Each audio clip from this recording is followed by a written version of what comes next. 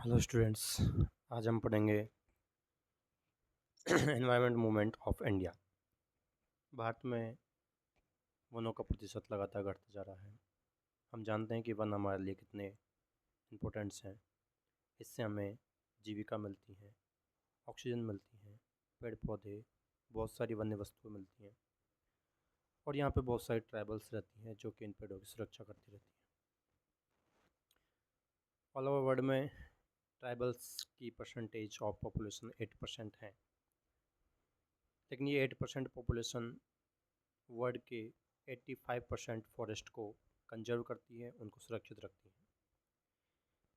ऐसे क्षेत्रों में विकास के नाम पे काफ़ी बार जो है कि परियोजनाएं ली जाती हैं, डैम्स बनाए जाते हैं, अलग अलग चीज़ें तैयार की जाती हैं, फैक्ट्रियाँ लगाई जाती हैं। जैसे आजकल इथेनॉल चल रहा है, आपने मेघालय साइड में देखा था आपने वीडियो हाल ही में उस संबंध में।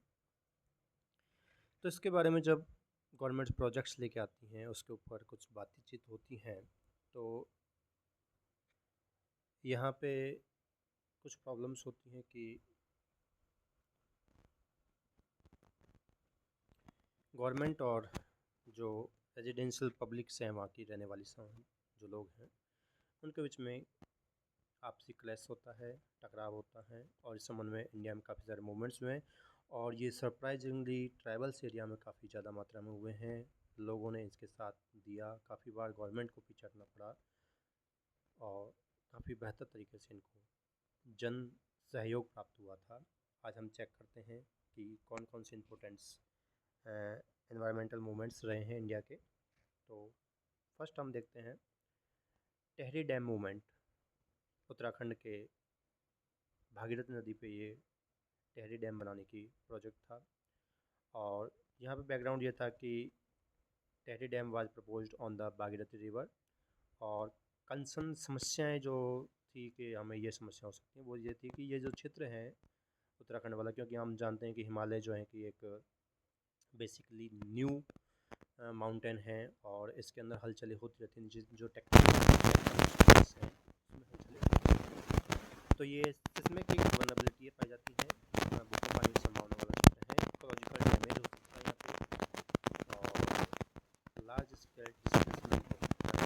लोगों को हटाना होता था, तो ये इतनी मात्रा में लोग हटेंगे और यहाँ पे डैमेज किया जा सकता है। जो इकोसिस्टम बना हुआ है पर डिस्टर्ब किया जा सकता है। सिग्निफिकेंस इसकी बात यह है कि become one of the India most important debates on development versus environment protection. तो इस जो टेहरी डैम मूवमेंट हुआ था, इससे इंडिया के अंदर एक बहुत बड़ी मात्रा में बहस चली कि क्या विकास इम्पोर्टेंट है या एनवायरमेंटल प्रोटेक्शन ज़रूरी है, जिससे हमें काफ़ी एग्जाम फोकस में यह डैम मूवमेंट जो था उत्तराखंड में था और ये भागीरथी नदी पर बनने वाला एक डैम था। और सुंदरलाल बहुगुणा, जिसको चिपकाने के प्रेरणा कहा जाता है, उन्होंने इसकी और इशू ये था कि इन्वायरमेंट को यूज किया जाए, environmental and social impact of Tehri dam, इसके ऊपर फोकस किया गया था। नेक्स्ट हम देखते हैं नर्मदा बचाओ आंदोलन। नर्मदा नदी हम जानते हैं कि ये एमपी से निकलती है, सतपुड़ा की विंध्याचल की पहाड़ियों से, और ये एक एक्सचुरी बनाते हुए गुजरात के थ्रू जो है कि अरब सागर में गिर जाती है। ये जो क्षेत्र है नर्मदा वैली का, ये मध्य प्रदेश, महाराष्ट्र और गुजरात का एरिया है। और जैसे कि हम इसमें देख पा रहे हैं, यहाँ पे बैकग्राउंड ये रहा था कि construction of large dams including the Sardar Sarovar projects. इसमें सरदार सरोवर प्रोजेक्ट के नाम से एक डैम बनाया जा रहा था और यहाँ पे काफ़ी लोगों को हटाया जा रहा था, displacement of tribal and rural population. आपने देखा होगा कि इंडिया में जो भी डैम्स वगैरह बनते हैं वो कभी सिटीज़ के आसपास नहीं बनते, जबकि नदियाँ तो सिटी में से भी निकलती है। कोटा से चंबल निकलती है, अयोध्या से सरयू निकलती है, दिल्ली से यमुना निकलती है। क्या दिल्ली में डैम बना हुआ है कोई? नहीं। हमेशा ग्रामीण क्षेत्रों को, आदिवासी क्षेत्रों से जो है कि लोगों को हटाया जाता है और वहाँ पे डैम्स तैयार किए जाते हैं। फिर समस्या ये थी कि इनको हटाने के बाद में इनको सही तरीके से रीसेटलमेंट नहीं किया जा रहा था और रिहेबिटेशन की प्रॉब्लम्स आई थी कि कहाँ किया जाएगा, क्या उनके पास में जीविका बची रहेगी, रोजगार बना रहेगा। Environmental impact of large dams, और यदि इतनी मात्रा में बड़ी लार्ज स्केल पे आप यदि किसी डैम को निर्माण कर रहे हो तो वहाँ की जो भौगोलिक परिस्थितियाँ हैं उसमें चेंजेस आ सकता है। पर्यावरण में तो आता ही है, इसके साथ में जो पृथ्वी की गति वगैरह में आप देखना होगा कि चाइना में जो 3C बनाए गए हैं, 3 डैम सी, तो उससे जो है कि पृथ्वी के घूर्णन के अंदर भी चेंजेस हुआ है। इस आंदोलन में, नर्मदा बचाओ आंदोलन के अंदर, raise important questions about sustainable development and people's right, ये चीज़ें निकल के आई कि क्या इसका जो लीडरशिप की गई थी वो मेधा पाटकर से, आप जानते हैं कि मैग्सेसे अवार्ड मिला हुआ है जिसे एशिया का नोबल कहा जाता है। इस आंदोलन में इम्पोर्टेंट चीज़ ये निकल गया है कि हम सतत विकास की भावना को अपनाएं जिसमें पर्यावरण को भी सस्टेनेबल रखा जा सकता है। और पीपल्स के राइट क्या हैं, जब आप किसी ग्रामीण लोगों को हटाते हो, ट्राइबल्स को हटाते हो, तो उनके क्या राइट्स नहीं है? क्या वो सिटीजन जो सिटी में रहते हैं उनके पास ही राइट्स?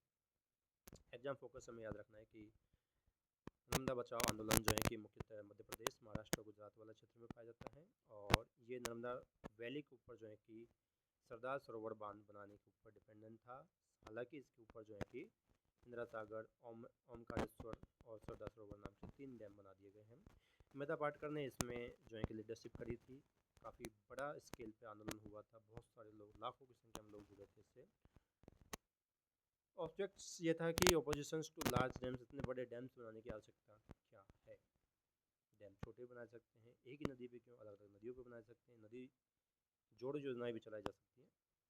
ये नर्मदा बचाओ आंदोलन के ऊपर डिपेंडेंट था, विशेष तौर से ट्राइबल्स और रूरल एरिया के जो सिटीजन्स थे उनके राइट्स के ऊपर यह आंदोलन बहुत अधिक मात्रा में फेमस रहा। नेक्स्ट, सेव वेस्टर्न घाट मूवमेंट्स। आप जानते हो कि वर्ल्ड में जो हाईएस्ट बायोडाइवर्सिटीज़ पाई जाती हैं उसमें से एक नाम आता है वेस्टर्न घाट्स ऑफ इंडिया।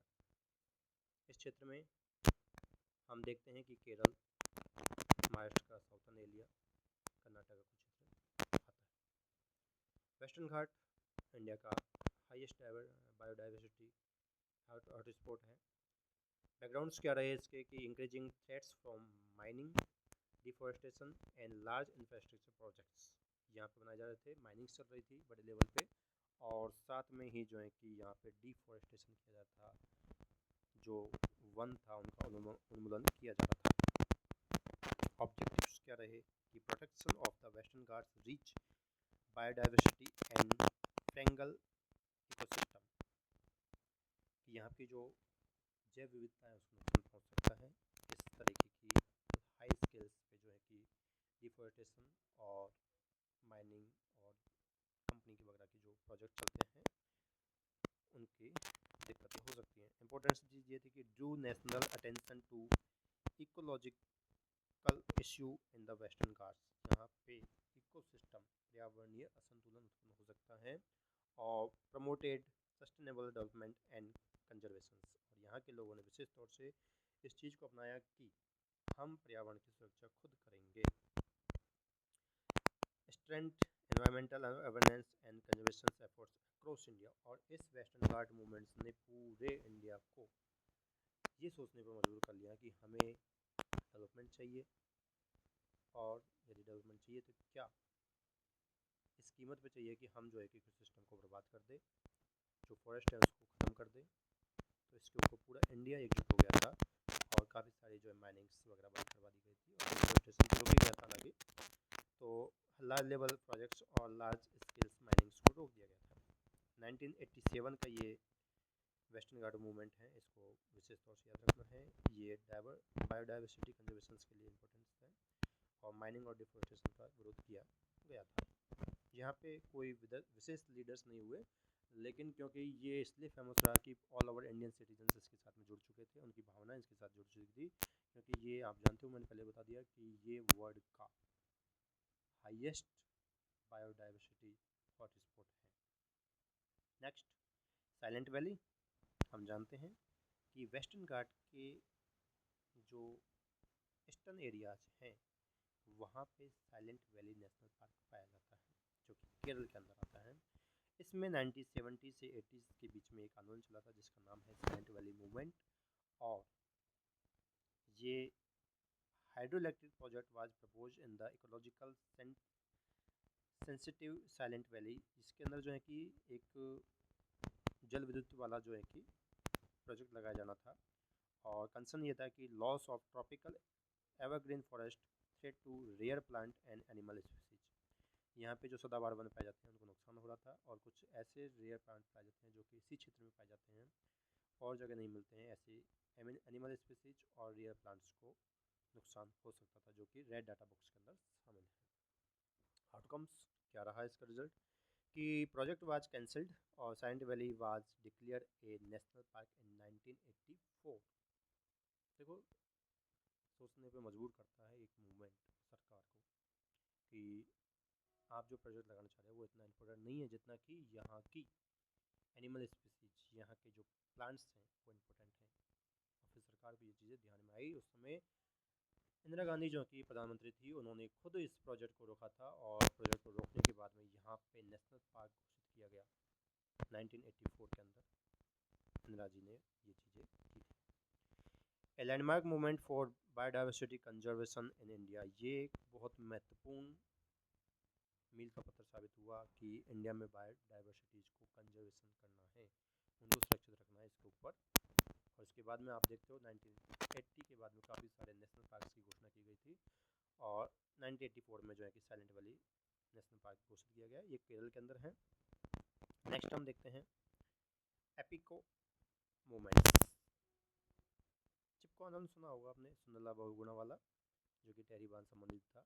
इसी के साथ में एक शब्द जुड़ा हुआ है एपिको मूवमेंट। ये 1983 के अंदर हुआ था, और ये है कर्नाटक के वेस्टर्न घाट पे जो चीज़ें हुई थी। रैपिड डिफोरेस्टेशन किया था, बहुत तेज़ गति से वनों का उन्मूलन किया जा रहा था। Was affecting the ecology and livelihood of local communities.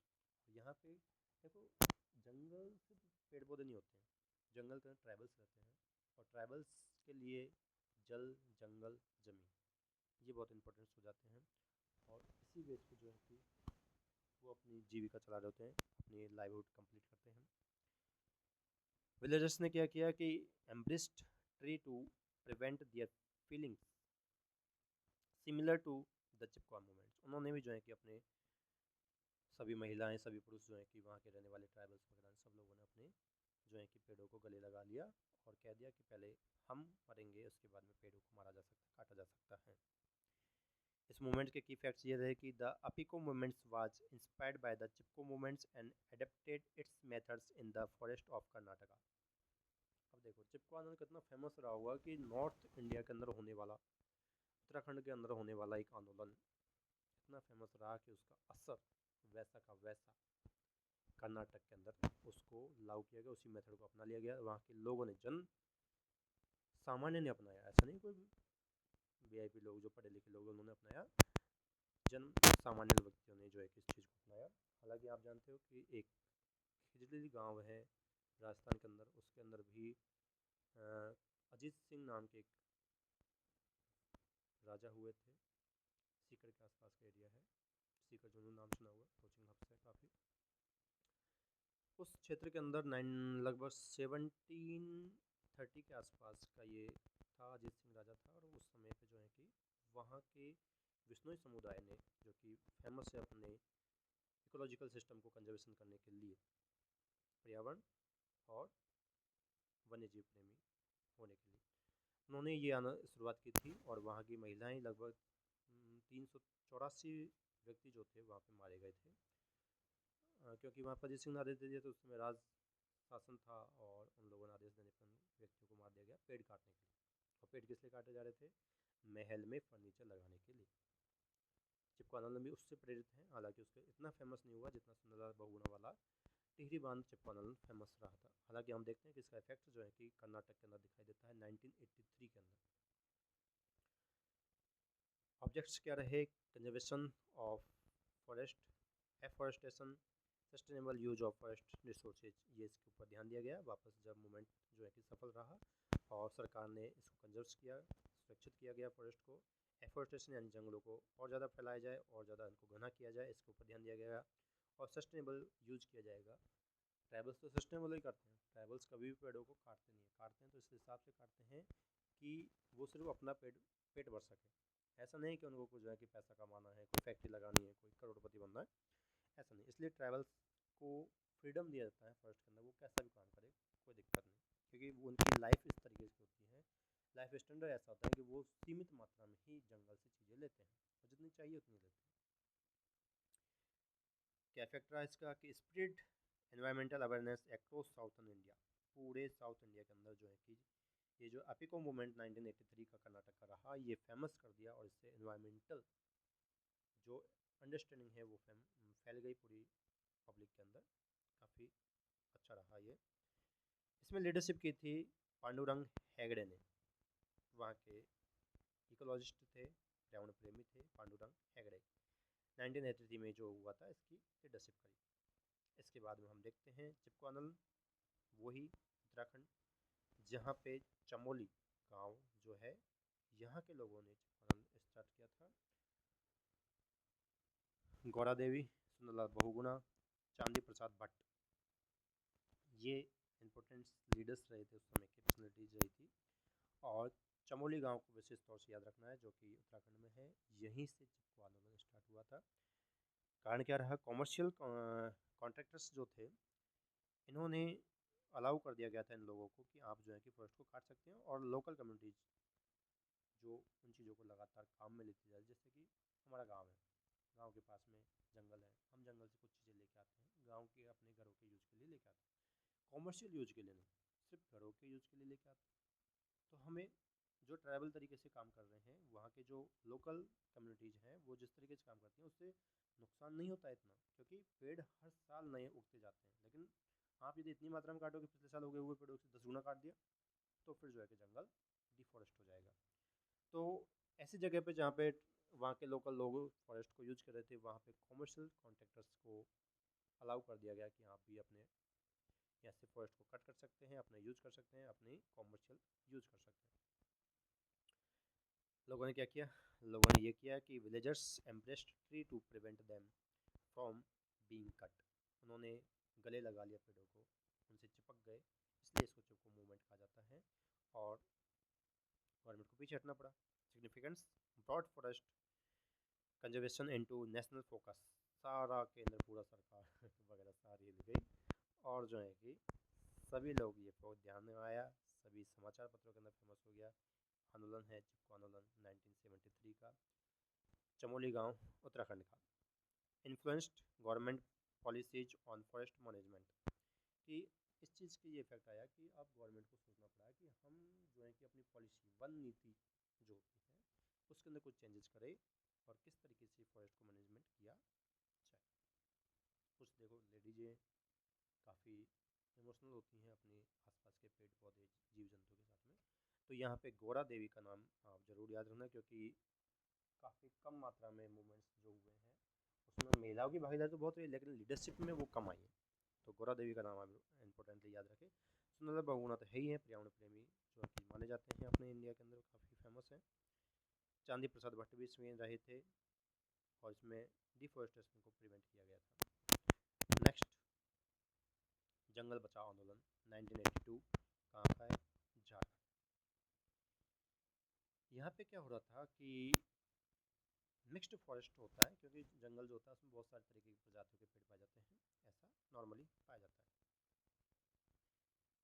अब गवर्नमेंट चाहती थी, या वहाँ के लोकल जो बड़े कमर्शियल कॉन्ट्रैक्टर्स थे, उन कॉन्ट्रैक्टर्स ने सोचा कि हम इस क्षेत्र के अंदर जो नेचुरल मिक्स्ड फॉरेस्ट हैं, उस फॉरेस्ट की जगह हम उनको काटेंगे, उनका यूज कर लेंगे, और उसके बाद में वहाँ पे टीक का प्लांटेशन करेंगे। टीक एक अच्छा फर्नीचर बनाने के लिए अच्छा पेड़ माना जाता है, और ये चीज़ दिखाई देती है। नॉर्मली हमें दिखाई देता है यार क्या दिक्कत है, फॉरेस्ट है, फॉरेस्ट की जगह फॉरेस्ट लगाए जा रहे हैं, पेड़ लगाया जा रहा है, पेड़ की जगह पेड़ लगाया जा रहा है, क्या दिक्कत है, पेड़ तो काट लिया जाएगा, यूज आ जाएगा, यूज के बाद में उसको जगह पे जो है कि वापस पेड़ लगा दिया जाएगा। लेकिन परिवार में से पुरुषों को काट के फेंक दो, उस जगह महिलाओं को लगा दो, क्या फैमिली कंप्लीट हो सकती है? नहीं। महिलाओं को हटा दो, ओनली पुरुष ही पुरुष लेके आ जाओ उनकी जगह, क्या फैमिली कंप्लीट हो सकती है? नहीं।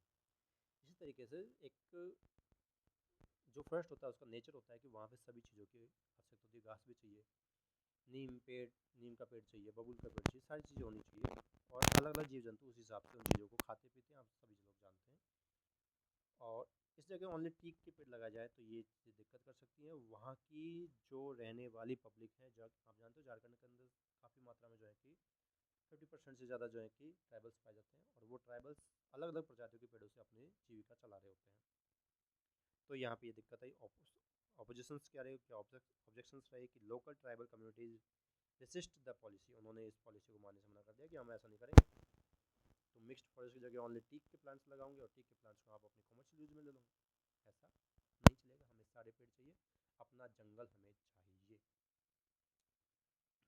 और यहाँ पे जंगल बचाओ आंदोलन चला था 1982 के अंदर। मेन डिमांड क्या रही? Protection of indigenous forest and traditional livelihoods, कि हम अपने जीविका को बचाएं और हमारी जो जीविका चलती है इस इंडिजीनियस जो मूलभूत रूप से बना हुआ जो जंगल है उसके ऊपर। Significance highlighted the ecological value of natural forest over commercial plantation.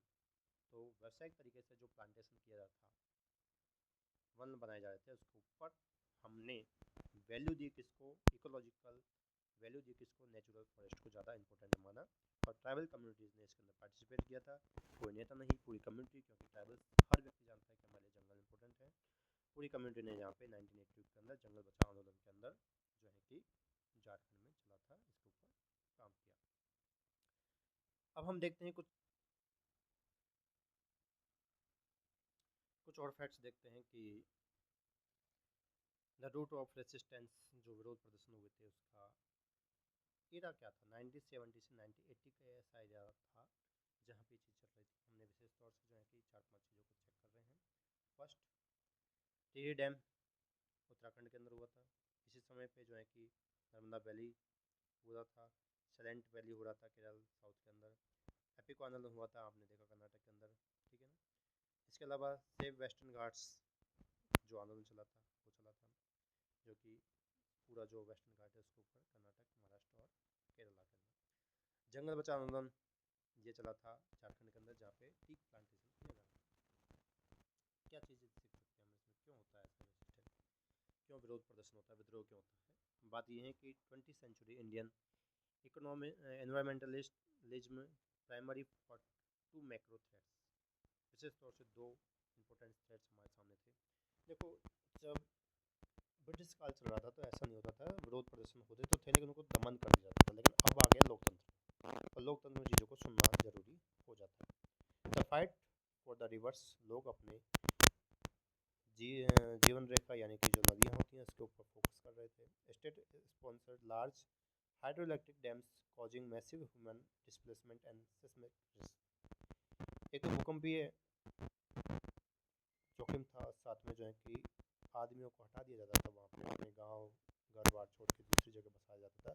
और बसावट जब दूसरी जगह बसाया जाता, रिप्लेसमेंट किया जाता, वो भी ढंग से नहीं किया जाता था, उनको कोई भी मुआवजा प्रदान नहीं किया जा रहा था। Second, the fight for the forest, और लोग जो जुड़े हुए हैं, भावनाएं जुड़ी हुई हैं लोगों की अपने जंगलों से। आप देखते हैं काफ़ी बड़े बड़े ऐसे मंदिर हैं जो कि ओनली फॉरेस्ट में ही पाए जाते हैं, किसी हिल्स पे पाए जाते हैं, फॉरेस्ट हिल पे। तो उनकी चीज़ें जुड़ी होती हैं, भावनाएं जुड़ी होती हैं। और यहाँ पे क्या करती थी गवर्नमेंट? कॉमर्शियल एक्सट्रैक्शन कर रही थी, माइनिंग्स कर रही थी, monoculture replacing indigenous multi use forest ecosystems को हटा जा रहा था, उनकी जगह माइनिंग्स और प्रोजेक्ट्स लाए जा रहे थे जो कि कॉमर्शियल। अब हम देखते हैं कि the cascade of mega dams impact, कि भाई डैम्स लगाए जा रहे हैं, सरकार कहती है कि हम जो है कि लोगों की सुविधा के लिए ऐसा करते हैं, लेकिन इससे क्या इफेक्ट होता है, क्या दिक्कतें हैं? फर्स्ट, कि water submergence, massive upstream tribals and rural displacement. काफ़ी बार जो है कि डैम्स में अंदर ज़्यादा पानी आ गया, पानी छोड़ा जाता है एकदम से, तो क्या होता है? बाढ़ आ जाती है। Second, construction and reservoir footprint, वहाँ से जो है कि जो भी इकोलॉजिकल डैमेज होता है, वन्य जीव पेड़ पौधे वगैरह वहाँ से हटा दिए जाते हैं, लॉस ऑफ डाइवर्सिटीज होती है।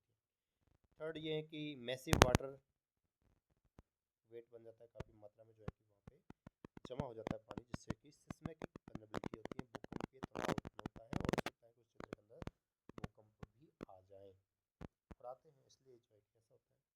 Mega dam diagnostics north versus central India. तो कुछ क्षेत्र ऐसे हैं जैसे कि नॉर्थ के अंदर भी होता था। टीटी बांध हमने पढ़ा था, भागीरथी नदी पे उत्तराखंड के अंदर ये चल रहा था। इसका विरोध किया गया, मतलब हुआ, इसमें लीडर्स थे। और मेन रीज़न ये था कि यहाँ पे सिस्मिक एरिया था, क्योंकि हिमालय का न्यू हिमालय जो है कि यहाँ पे पाया जाता है, और यहाँ पे भूकंपीय तनाव उत्पन्न हो सकता था, लार्ज स्केल डिस्टर्बेंस हो रहा था। अब हम थोड़ा फास्ट करेंगे इन चीज़ों को, क्योंकि वीडियो लंबा हो जाएगा। नर्मदा बचाओ आंदोलन 1985 के अंदर हमने पढ़ा, नर्मदा नदी के ऊपर बनाया जाता है, जहाँ पे सरदार सरोवर बांध इंपॉर्टेंट था। हमेदा पाटकर ने इसमें लीडरशिप करी और मैसिव डिस्प्लेसमेंट को रोका गया। हालांकि यहाँ पे सारे बंद बना दिए गए, जिसमें कि ओमकारेश्वर प्रोजेक्ट, इंदिरा सागर और सरदार सरोवर बांध बना दिए गए। नेक्स्ट हम देखते हैं silent valley anomaly pure biodiversity conservation. ये काफ़ी फेमस रहा, और साइलेंट वैली आंदोलन ने ये फिक्स कर दिया कि हमें जो है कि बायोडाइवर्सिटी को बचाना है, चाहे डेवलपमेंट में हम पीछे रह जाए, क्योंकि हम डेवलपमेंट अन्य तरीके से भी कर सकते हैं, लेकिन बायोडाइवर्सिटी एक बार खत्म हो गई तो वापस हम उसको वापस नहीं ला सकते हैं। और 1984 के अंदर इंदिरा गांधी ने इसको नेशनल पार्क घोषित कर दिया था। अब हम देखते हैं next the fight for the forest. यहाँ पे हम देखते हैं इंडिजिनियस फॉरेस्ट के लिए जो है कि काफ़ी सारी फाइट्स की गई थी, जिसमें local communities and tribal population rally on natural mixed forest for absolute necessities. Forest provide traditional livelihood, food gathering, medicinal plants and sustainable fooders. तो फर्स्ट हमको काफ़ी सारी लाइफ जीने के लिए चीज़ें उपलब्ध कराता है, चाहे वो फूड से हो, मेडिसिन से हो, और लगातार दिए जाने वाला खाद्य पदार्थ हो। Multi layer canopies maintain local ecology, soil integrity and culture heritage. जो है कि कल्चर बना हुआ है हमारे यहाँ पे, पेड़ पौधों की पूजा की जाती है, तो वो कल्चर भी बना रहता है, लोकल तरीके से चीज़ों को एक्सेप्ट किया जाता है। सॉइल जो है कि अपनी काफ़ी उपजाऊ बनी रहती है। स्टेट का क्या व्यू रहता है? स्टेट कहता है कि फर्स्ट एज कैपिटल, फर्स्ट क्या है, एक पूंजी है, और इसका इस्तेमाल किया जाना चाहिए ताकि हम जो है कि इकोनॉमिकल ग्रोथ कर सकें। State and commercial interest view forest land primary for resource extraction, कि हम अपने यूज किया जा सके जो भी रिसोर्सेज है उनका, और फिर इसको उपयोग किया जा सकता है। Focus on rapid deforestation and high yield mining operations on fuel national industries. हम अपनी जो राष्ट्रीय उद्योग क्षेत्र है उन चीज़ों को आगे बढ़ाने के लिए, उद्योगों को आगे बढ़ाने के लिए इसको एज ए फ्यूल उपयोग किया जा सकता है। माइनिंग्स के अंदर हम ये देखते हैं। Systematic replacement of the indigenous natural growth with monoculture plantation like T. हम जो है कि पेड़ पौधे काटेंगे, लेकिन उसकी जगह पे जो है कि वापस हम फॉरेस्ट लगा सकते हैं, जैसे कि टीक के पेड़ लगाए जा रहे थे, कहाँ पे, जंगल बचाओ आंदोलन झारखंड के अंदर। ठीक है, नेक्स्ट हम देखते हैं सेव वेस्टर्न घाट मूवमेंट 1987। हमने पढ़ लिया ये, इसके अंदर जो है कि केरल वगैरह का एरिया था। लार्ज इंफ्रास्ट्रक्चर बनाए जा रहे थे, माइनिंग डिफोरेस्टेशन हो रहा था, और यहाँ पे जो है कि true national attention in the Ghats promote sustainable developments को अपना लिया गया था। एपिक आंदोलन कर्नाटक का हमने वेस्टर्न घाट्स के अंदर देखा था, जहाँ पे पांडुरंग हेगड़े यहाँ पे लीडरशिप कर रहे थे, और यहाँ पे विशेष तरीके से जो है कि कुछ भालू पाए जाते हैं, वो भालू के अंदर पाए जाते हैं, उनकी कंजर्वेशन किया जा रहा था। वेस्टर्न घाट के अंदर ये जो नीचे मेडल दिखाई दे रहा है, ये काफ़ी फेमस है, वहाँ के एरिया के अंदर स्पेशल स्पीसीज हैं जो कि सिर्फ वहीं पे ही पाए जाते हैं। रेड डाटा बुक्स में ये दिखाई देती हैं। Villagers tree to prevent feelings, उनकी फीलिंग्स जुड़ी थी। This was a direct adaptation of the northern Chipko movements. इसमें एपिको और चिपको नाम जुड़े थे, मिलते जुलते हैं। तो वेस्टर्न ये एपिको आंदोलन जो हुआ था कर्नाटक के अंदर, यहाँ पे इस चीज़ को अपनाया गया था, ये चीज़ ध्यान रखनी है। नेक्स्ट जंगल बचाओ आंदोलन 1982। ठीक है, झारखंड के अंदर सिंहभूमि एरिया था। इकोलॉजिकल वैल्यू थी, क्योंकि यहाँ पे बहुत तरीके के पेड़ पौधे पाए जाते थे। मल्टी लेयर कैनोपीज थी, मतलब छोटे पेड़, बड़े पेड़, उससे बड़े पेड़, इस तरीके से। सपोर्ट्स ट्रेडिशनल लाइवलीहुड, इस चीज़ों से क्या हो रहा था, वहाँ के जो ट्राइबल्स थे उनकी जीविका चल रही थी अच्छे से। लेकिन सरकार क्या कर रही थी, कॉमर्शियल जो है कि प्लांटेशन कर रही थी। कौन से पेड़ों का, टीक के पेड़ों का। क्या हो रहा था, सिंगल लेयर मोनोकल्चर, बराबर मात्रा की ऊंचाई के जो है पेड़ पाए जाते हैं, झाड़ियाँ, छोटे छोटे पेड़, पेड़ वगैरह, ऐसी जो चीज़ें पाई जाती हैं वो नहीं मिल पाती। कॉमर्शियल एक्सट्रैक्शन किया था, डिस्प्लेस इंडिजिनियस फ्लोरा, जो है कि मूल रूप से जो वन्य फ्लोरा मतलब जो पेड़ पौधे होते हैं उनको फ्लोरा बोलते हैं। फोना एंड फ्लोरा, फोना मतलब होता है वन्य जीव और फ्लोरा होता है वन्य पेड़। नेक्स्ट, अब इसको हम समराइज करते हैं। तो देखो, master reference matrix Indian environmental movements, तो साइलेंट वैली मूवमेंट 1970 से 80 चल रहा था, केरला के अंदर ये ज़्यादा एरिया आता है। और लोकल एक्टिविटी, कोई विशेष जन सामान्य ने आंदोलन किया था, कोई विशेष यहाँ पे नेतृत्व नहीं करने वाला नहीं था। कारण क्या था कि hydro projects versus tropical environmental biodiversity, हम जानते हैं वेस्टर्न घाट बायोडाइवर्सिटी के लिए हॉटस्पॉट है, उसको बचाने के लिए किया गया था और ये सफल था। जंगल बचाओ आंदोलन 1982 झारखंड के अंदर रहा। सिंहभूमि एरिया था, जिला जो था सिंहभूमि था। ट्राइबल कम्युनिटीज़ ने यहाँ पे विरोध किया था, लीडरशिप करी सब लोगों ने। और teak monoculture versus mixed forest को यहाँ पे क्लश चल रहा था, जिसमें गवर्नमेंट में टीक फॉरेस्ट लगाना चाहती थी, लेकिन यहाँ पे सफल था कि हम जो है कि मिक्स्ड फॉरेस्ट को अपनाएंगे। एपिको मूवमेंट के पालन से इसको प्रेरणा मिली हुई है। कर्नाटक के अंदर जाता है। पांडुरंग हेगड़े यहाँ के नेता रहे थे इस आंदोलन के, और डिफोरेस्टेशन को रोक दिया गया था। नर्मदा बचाओ आंदोलन, बड़े बड़े डैम बनाने थे एमपी, महाराष्ट्र और गुजरात के अंदर नर्मदा वैली के ऊपर। Medha Patkar Magsaysay award winner, इनको जो है कि लीडरशिप की गई थी और लार्ज डैम्स से समस्याएं थी, साथ ही डिसप्लेसमेंट किया जा रहा था। सेव वेस्टर्न घाट आंदोलन 1987, ठीक है ना। वेस्टर्न घाट्स के अंदर इकोलॉजिस्ट और लोकल लोगों ने यहाँ पे लीडरशिप करी। माइनिंग डिफोरेस्टेशन वर्सेज फ्रिंगल इकोसिस्टम को था, ठीक है ना, और वेस्टर्न घाट को सेव कर लिया गया था। टीरी डैम मूवमेंट 1980-90 के बीच में हुआ था। उत्तराखंड की भागीरथी नदी पर डैम बना था, सुंदरा बाबूरा ने यहाँ पे विरोध प्रदर्शन किया, नेतृत्व किया। Mega dam causing seismic risk देता है और डिस्प्लेसमेंट यहाँ पे मुख्य समस्याएं रही थी। आप ध्यान कर सकते हैं। देखो, सबसे पहले साइलेंट वैली आंदोलन हुआ 1970 के अंदर, इसके बाद में जंगल बचाओ आंदोलन झारखंड के अंदर, इसके बाद में एपिको आंदोलन 1983 के अंदर, 85 में जंगल बचाओ आंदोलन चला था, 87 में सेव वेस्टर्न घाट्स आंदोलन, और 1980 से 90 के बीच में टेरी डैम आंदोलन चलता रहा। क्या रहा इसका, क्या इंपोर्टेंस रहती है इसे मूवमेंट से हम क्या सीख सकते हैं। फर्स्ट, दो फेज बन गए, जो 1980 से पहले का था और 1980 से बाद का था। पहले क्या होता, अनक्वेश्चन्ड इंडस्ट्रियलाइजेशन, कोई भी ऑब्जेक्शन नहीं कर रहा था कि इंडस्ट्री कैसे बढ़ रही है, क्या समस्या आ रही है, एनवायरमेंट को क्या करता है, कोई ध्यान नहीं देता। Top down mega projects dictating progress, कि हम जो प्रोग्रेस करना चाहते हैं उसके लिए जो है कि कैसा भी मेगा प्रोजेक्ट लॉन्च कर सकते हैं। Unchecked state exploitation of forest, forest को क्या नुकसान हो रहा है कोई चेक नहीं कर रहा। Nature viewed purely as expendable capital, nature को एज ए कैपिटल यूज किया जाता है, जिसको सोचा किया सकता है एज ए इन्वेस्टमेंट कैपिटल या रिसोर्स के तौर पर। सोच बदली, पब्लिक मूवमेंट्स होने लगे फर्स्ट के लिए, तो एक सोच बदली और 1980 के बाद में हमने सस्टेनेबल डेवलपमेंट और वहाँ के ट्राइबल्स के राइट्स वगैरह जो होते हैं, लोकल सिटीजन्स के राइट्स को हमने फोकस किया। अब हमने क्या ध्यान दिया, demand for mandatory ecological impact assessments. अब पहले चेक किया जाए कितना कर सकते हैं, क्या कर सकते हैं, कितनी मात्रा में यूज कर सकते हैं फॉरेस्ट का, और कितनी मात्रा में उसको ज़रूरी है कि हम इसको छोड़ दें। Recognisation of tribal and indigenous land rights, यहाँ पे ट्राइबल्स के क्या राइट्स हैं उसको सेव किया जाता है, और वहाँ के जो रहने वाले लोग हैं उनके लैंड्स राइट्स क्या है उसके ऊपर डिपेंड किया जाता है। मुआवजा वगैरह देना है तो उनको देना ज़रूरी है। Integration of human livelihood into conservation policy, और यहाँ पे जो कंजर्वेशन किया जाता है फॉरेस्ट को, उसके साथ में वहाँ के रहने वाले जो ह्यूमंस हैं उसकी लाइवलीहुड को चेक किया जाता है, भाई इन लोगों के लिए कितना इंपॉर्टेंट है जंगल।